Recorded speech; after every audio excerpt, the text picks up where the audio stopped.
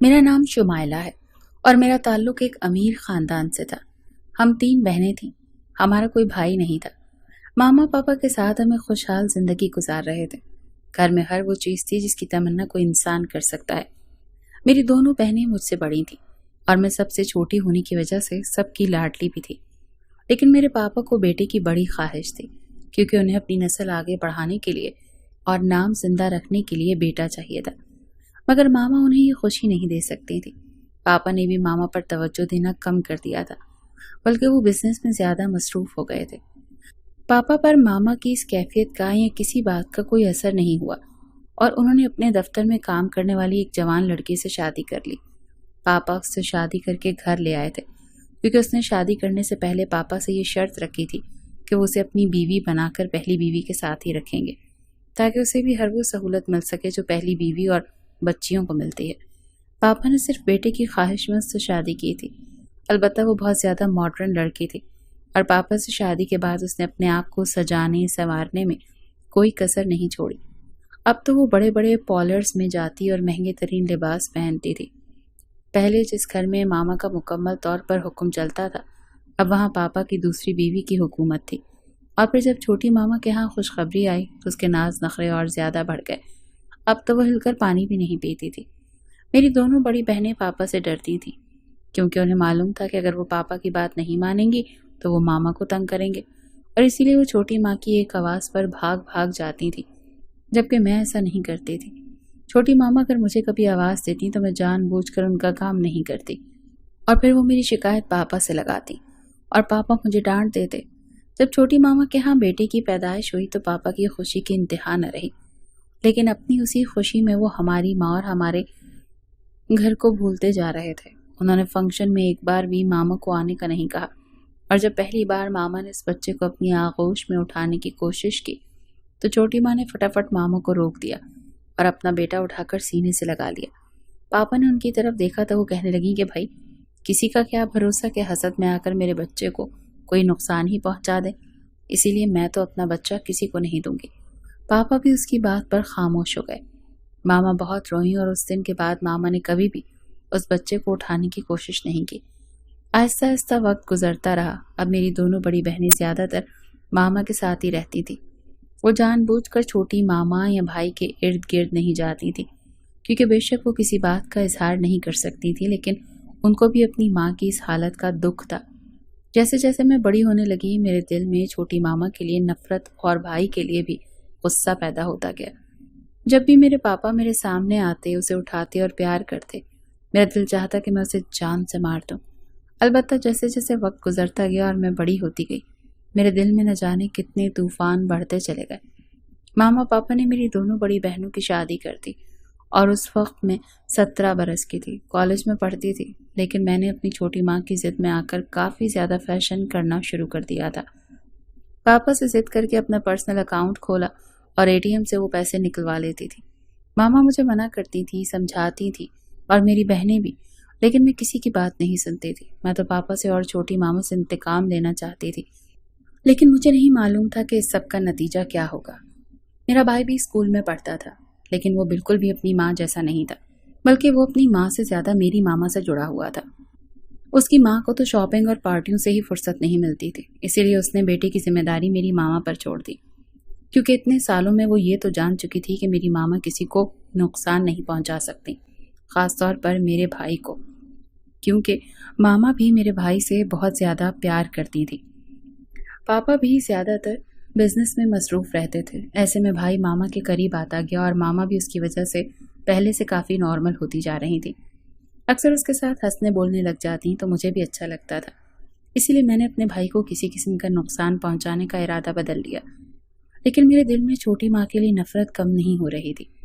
میں نے اس کی ضد میں آ کر اپنے آپ کو جتنا بگاڑ لیا تھا، کبھی کبھار مجھے خود بھی حیرت ہوتی تھی کہ میں ایسی کیسی ہو سکتی ہوں، لیکن یہی سچ تھا۔ میں نے بہت زیادہ شاپنگ شروع کر دی تھی۔ کالج میں اپنے کھلے دل اور کھلی جیب کی وجہ سے بڑی مشہور تھی۔ اگر 10 لوگ بھی میرے ساتھ ہوں تو میں کسی کو بل پر نہیں کرنے دیتی تھی۔ جب میں انٹر میں تھی تو میری کلاس میں ایک لڑکا آیا۔ وہ نیو ایڈمیشن تھا اور بڑا ہی ہینڈسم لڑکا تھا۔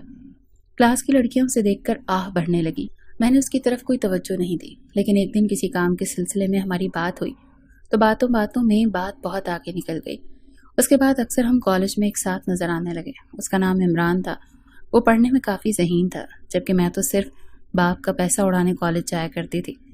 पढ़ाई में मेरी कोई दिलचस्पी नहीं थी, लेकिन वो मुझे पढ़ाई में संजीदा होने का अक्सर कहता था। मैं इसे मजाक में डालते हुए बोल देती।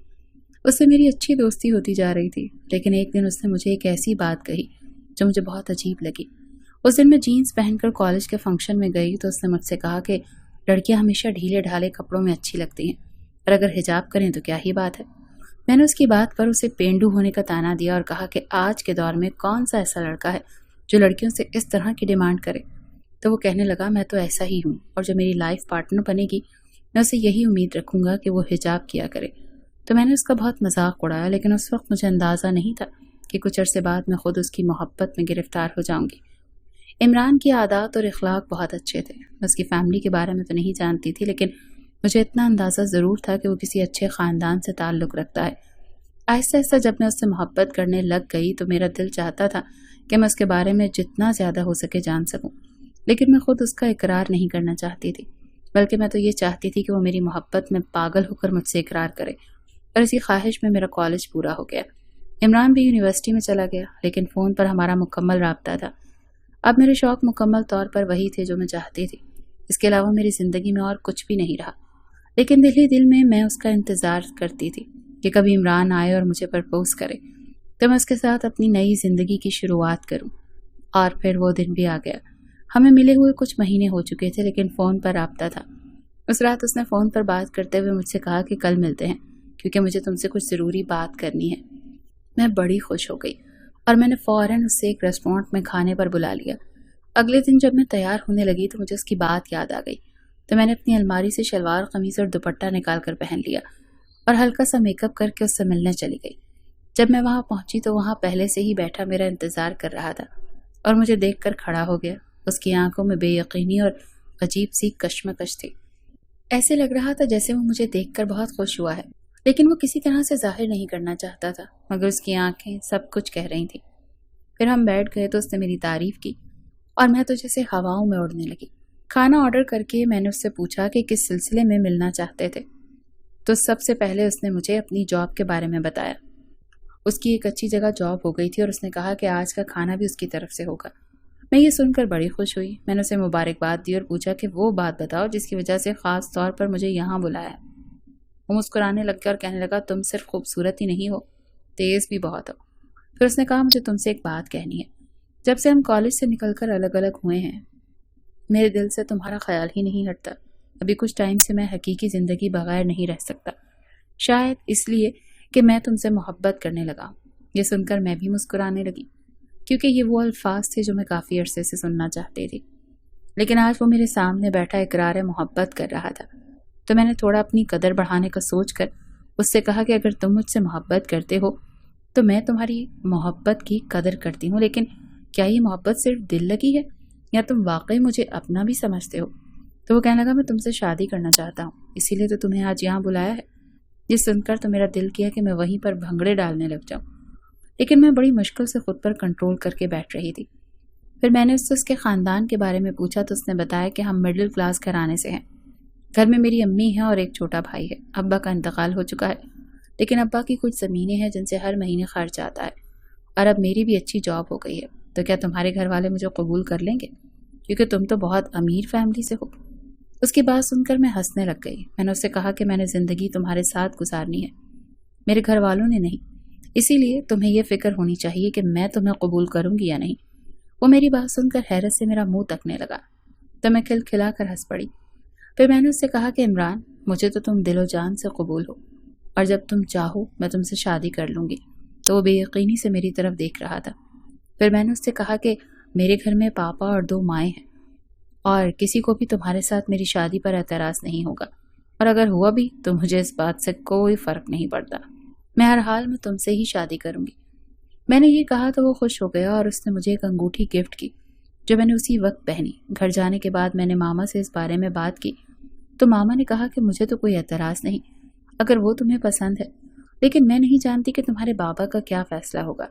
हो सकता है कि उस रिश्ते को कबूल ही ना करें, और फिर तुम्हारी दूसरी मामा के बारे में भी कुछ नहीं कह सकती। मामा की बात सुनकर मैं गुस्से में आ गई। मैंने उनसे कहा कि मुझे पापा, दूसरी मामा की कोई परवाह नहीं, मुझे सिर्फ आपकी परवाह है और मेरे लिए आपकी इजाज़त बहुत ज़रूरी है। अगर आप राज़ी हैं तो मुझे और किसी की कोई फिक्र नहीं। मामा मेरी बात सुनकर खामोश हो गई। मैं जानती थी कि मामा कभी भी पापा के सामने ये बात करने की हिम्मत नहीं करेंगे, इसीलिए मैंने खुद पापा से बात करने का फैसला किया और मौका देख रही थी कि जिस दिन छोटी मामा घर पर ना हो उस दिन पापा से अकेले में बात करूं।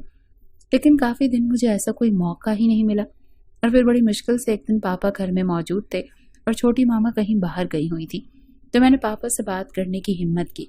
हालांकि मैं इतनी बोल्ड और मॉडर्न बनती थी, मगर उस वक्त मुझे ऐसे लग रहा था जैसे मैं बचपन की तरह डरपोक हूँ।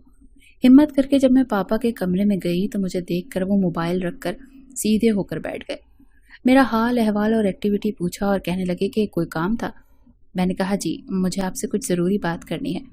तो पापा मेरी तरफ देखने लगे। मैंने बड़ी हिम्मत करके पापा से इमरान का जिक्र किया और बताया कि मैं इमरान को पसंद करती हूँ और उससे शादी करना चाहती हूँ, क्योंकि वो भी मुझसे शादी करना चाहता है। पहले तो पापा मेरी तरफ देखते रहे और फिर कहने लगे कि बेटा, तुम अच्छी तरह से जानती हो कि तुम्हारी दोनों बड़ी बहनों की शादी भी मैंने अपनी मर्जी से की है। हाँ, उनकी रजामंदी ज़रूर पूछी थी, लेकिन इसमें उनकी पसंद शामिल नहीं थी, क्योंकि हम जितने मर्जी मॉडर्न हो जाएं, लेकिन हमारे घर के भी कुछ उसूल हैं। हमारे ख़ानदान में ये सब नहीं चलता। हम ख़ानदान से बाहर रिश्ता करते ही नहीं हैं, और अगर कहीं भी तो अपने जैसे लोगों में ही करते हैं। जब पापा ने ये कहा तो मैं समझ गई कि वो मुझे क्या कहना चाहते हैं। फिर वो पूछने लगे कि इमरान क्या करता है और उसके वालिद का क्या बिजनेस है। मैंने उन्हें बताया कि इमरान के वालिद नहीं है और वो मिडिल क्लास फैमिली से ताल्लुक़ रखता है। घर में सिर्फ एक माँ और भाई है और इमरान की एक बहुत अच्छी मुलाजमत भी हो गई है। पापा ये सुनकर उठ खड़े हुए और कहने लगे कि ये सब बताने से पहले ही मैं तुम्हें बता चुका था कि उसके बावजूद तुमने बड़ी हिम्मत करके मेरे सामने ये सब कहा। चलो कोई बात नहीं, क्योंकि तुम मेरी बेटी हो, लेकिन मैं हरगिज़ तुम्हारी ऐसी ख़ानदान में शादी नहीं कर सकता जो किसी भी तरह हमारी बराबरी ना कर सके। तुम खुद सोचो कि बचपन से लेकर अब तक कितनी ऐशो आराम में पली हो। जहाँ पर 1000 खर्च करने होते हैं तुम लाख खर्च कर देती हो। तो क्या तुम्हें ऐसे घर में खुश रह सकोगी जहाँ तुम्हारा शौहर मामूली सी मुलाजमत करता होगा? पापा मुझे कायल करने की कोशिश कर रहे थे। उन्हें अभी तक गुस्सा नहीं आया था, इसीलिए मैंने मौके से फ़ायदा उठाते हुए कहा कि पापा, मैं इमरान के साथ खुश रहूंगी, क्योंकि हम एक दूसरे को पसंद करते हैं। मेरी बात सुनते ही पापा को गुस्सा आ गया और वो कहने लगे, मैं इतनी देर से तुम्हें समझाने की कोशिश कर रहा हूँ, जिंदगी जो है वो मोहब्बत और प्यार से नहीं गुजरती, और मिडिल क्लास फैमिली के लड़के एक घर बनाने में पूरी जिंदगी गुजार देते हैं। वो तुम्हें क्या खुश रखेगा? लेकिन मैं अपनी जिद पर कायम थी। मैंने पापा से कह दिया कि मैं शादी करूंगी तो सिर्फ इमरान से। इस वक्त पापा ने मेरे मुंह पर एक थप्पड़ मारा और कहा कि शादी तो तुम्हारी वहीं होगी जहां मैं बात चला रहा हूँ। इतने में छोटी मामा कमरे में आ गई और वो ये सब कुछ देखकर हैरान हो रही थी, लेकिन बड़ी जल्दी सारा मामला समझ गई और मुझे कहने लगी कि तुम्हारे पापा ठीक कह रहे हैं। हमने तुम्हारे लिए एक बहुत अच्छी फैमिली का लड़का देखा है। अगर तुम्हारी उससे शादी हो जाए तो तुम्हारे पापा को नई बिजनेस डील भी आराम से मिल जाएगी। मुझे छोटी मामा की बात सुनकर इतना गुस्सा आया कि वो मुझे एक बिजनेस डील के जितना हम समझते थे। मैं बगैर कुछ कहे वहां से चली गई और जाकर मामा के पास खूब रोई, लेकिन मैंने मामा से कह दिया था कि मैं इमरान से ही शादी करूंगी। मेरी माँ तो पहले ही शौहर और सास के हाथों बेबस हो चुकी थी, इससे मेरे सामने क्या कहना था। मेरी बातें सुनकर खामोश रही। मैं सोच रही थी कि कुछ दिन पापा का गुस्सा ठंडा हो जाएगा तो उनसे दोबारा इस सिलसिले में बात करूंगी, लेकिन पापा ने तो मुझे बात करने के काबिल छोड़ा ही नहीं। एक हफ्ते के अंदर ही उन्होंने मेरी शादी का ऐलान कर दिया। मुझे इतनी भी मोहलत नहीं मिली कि मैं इमरान से मिलवा दूं। मैंने उसे फ़ोन पर यह बात बताई तो उसने मुझे यही कहा कि जहां तुम्हारे माँ बाप चाहते हैं तुम शादी कर लो, क्योंकि यही तुम्हारे हक में बेहतर होगा। इमरान की बात सुनकर मेरा दिल टूट गया, इसीलिए मुझे अंदाज़ा हो रहा था कि मैं जो बचपन से अब तक छोटी मामा से मुकाबलाबाजी करती आ रही थी, दरअसल अंदर से तो मैं अपनी माँ जैसी ही थी, डरपोक और कम हिम्मत। और पापा ने मेरी शादी अपने मरहूम दोस्त के बेटे कैफ से कर दी। कैफ की फैमिली में कोई भी नहीं था सिवाय उसके एक छोटे भाई के माँ बाप का इंतकाल हो चुका था और वो दोनों भाई घर में अकेले रहते थे। कैफ का अपना बिजनेस था जिसे दोनों भाई चला रहे थे। मेरे जहेज में पापा ने बहुत कुछ दिया था, लेकिन मेरा दिल बिल्कुल भी खुश नहीं था। इसके बावजूद मेरा दिल बुझा हुआ था, और जब मैं दुल्हन बनी कैफ के कमरे में बैठी तो वो काफ़ी देर के बाद कमरे में आया। एक तो मुझे वैसे ही उसका इंतज़ार करना अच्छा नहीं लग रहा था, ऊपर से उसने कमरे में आते ही चीज़ें इधर उधर उठाकर फेंकना शुरू कर दी थी। میں اس کے اس عمل سے حیران ہو رہی تھی، بھلا اپنی شادی کی رات بھی کوئی ایسا کرتا ہے؟ لیکن وہ مجھے کسی بات پر غصے میں لگ رہا تھا۔ اس نے شیروانی بھی اتار کر بیڈ پر پھینک دی اور پھر خاموش ہو کر صوفے پر بیٹھ گیا۔ میں نے ڈرتے ڈرتے پوچھا کہ سب خیریت تو ہے؟ کیا ہوا ہے؟ آپ غصے میں لگ رہے ہیں؟ تو وہ اٹھ کر میرے پاس آ کر کھڑا ہوا اور مجھے کہنے لگا کہ اٹھو، میرے سامنے کھڑی ہو جاؤ۔ پھر اس نے اپنا ہاتھ بڑھایا تو میں نے اس کا ہاتھ تھام لیا۔ میں سوچ ہی رہی تھی کہ یہ سرپرائز دینے کا کون سا طریقہ ہے۔ یہی سوچتے ہوئے میں اٹھ کے اس کے سامنے کھڑی ہوئی، لیکن اس نے ایک زوردار تھپڑ میرے منہ پر مار دیا۔ میری تو آنکھیں کھل گئیں۔ مجھے یقین نہیں آ رہا تھا کہ ایک رات کی دلہن کے ساتھ اس طرح کا بھی سلوک کیا جا سکتا ہے، اور وہ بھی اس کا دولہا ایسا کرے گا۔ میں نے سوچا بھی نہیں تھا۔ میں بے یقینی کی کیفیت میں گال پر ہاتھ رکھے اسے دیکھ رہی تھی۔ اس نے مجھے کہا کہ اتنا بند سنور کر سب کے سامنے بیٹھنے کی کیا ضرورت تھی؟ کتنے لوگ آنکھیں پھاڑ پھاڑ کر تمہیں دیکھ رہے تھے، نہ جانے کس کی نظر کیسی تھی، تمہیں کیا پتا؟ اور تو اور میرے بھائی نے بھی تمہاری بہت تعریف کی کہ بھابھی تو بہت ہی خوبصورت ہیں۔ میں شرم سے ڈوب گیا کہ کوئی میری بیوی کے بارے میں ایسی باتیں کرے اور گندی نظروں سے اسے دیکھے۔ کیف پتہ نہیں کیا کیا بول رہا تھا اور میں اس کی باتیں سن کر پریشان ہو رہی تھی۔ میں نے تو سوچا بھی نہیں تھا کہ جس سے میری شادی ہوگی وہ اس قدر شکی مزاج ہوگا، جو اپنے بھائی کی تعریف کرنے پر بھی اس قدر غصے میں تھا۔ اور ان سب میں میرا کیا قصور تھا؟ ہر دلہن اسٹیج پر تیار ہو کر ہی بیٹھتی ہے اور سب دلہن کو دیکھتے ہی ہیں۔ اس سے یہ تو ثابت نہیں ہو جاتا کہ دلہن بد چلن ہے یا لوگوں کی گندی نظر تھی۔ پتہ نہیں یہ بندہ کس سوچ کا مالک تھا، اور اب میرے ساتھ کیا ہونا تھا میں نہیں جانتی تھی۔ وہ رات میرے لیے کسی عذاب سے کم نہیں تھی، جو میری زندگی کی ایسی شروعات ہوئی جس نے مجھے جہنم میں پہنچا دیا۔ اس دن کے بعد کیف نے میرا جینا حرام کر دیا۔ مجھ سے جبرن پردہ کروانے لگ گئے، کہیں بھی مجھے لے کر نہیں جاتا تھا، یہاں تک کہ میں اس کے بھائی کے سامنے بھی پردہ کرتی تھی۔ مجھے ایسے لگ رہا تھا کہ میں جتنی آزاد زندگی گزار رہی تھی مجھے ان سب کی اتنی بڑی سزا مل رہی تھی۔ وہ جب دل چاہتا مجھ پر ہاتھ اٹھانے لگ جاتا، اور جب دل چاہتا مجھے اپنی ہی نظروں میں گرا دیتا، مجھ پر گندے گندے الزامات لگاتا۔ میری زندگی بد سے بدتر ہوتی گئی۔ اور پھر جب میری شادی کو 6 مہینے گزرے تو کیف کا ایک حادثہ ہو گیا جس میں وہ بری طرح زخمی ہو گیا۔ پورا 1 مہینہ اسپتال میں داخل رہنے کے بعد جب وہ ڈسچارج ہو کر گھر آیا تو اس کی دونوں ٹانگیں اور ایک بازو پوری طرح ناکارہ ہو چکے تھے۔ اسی دن میرے والد اور چھوٹی ماما گھر آئے اور مجھے سسرال سے واپس اپنے گھر لے گئے۔ پاپا نے پہلی بار مجھ سے معافی مانگی اور کہا، ہم تمہیں ایک معذور شخص کے ساتھ ساری زندگی نہیں دیکھنا چاہتے، اسی لیے تمہارے شوہر سے کہہ دیا ہے کہ وہ تمہیں چھوڑ دے۔ پھر کچھ دن بعد پاپا نے کیف سے زبردستی کی اور اس نے مجھے چھوڑ دیا۔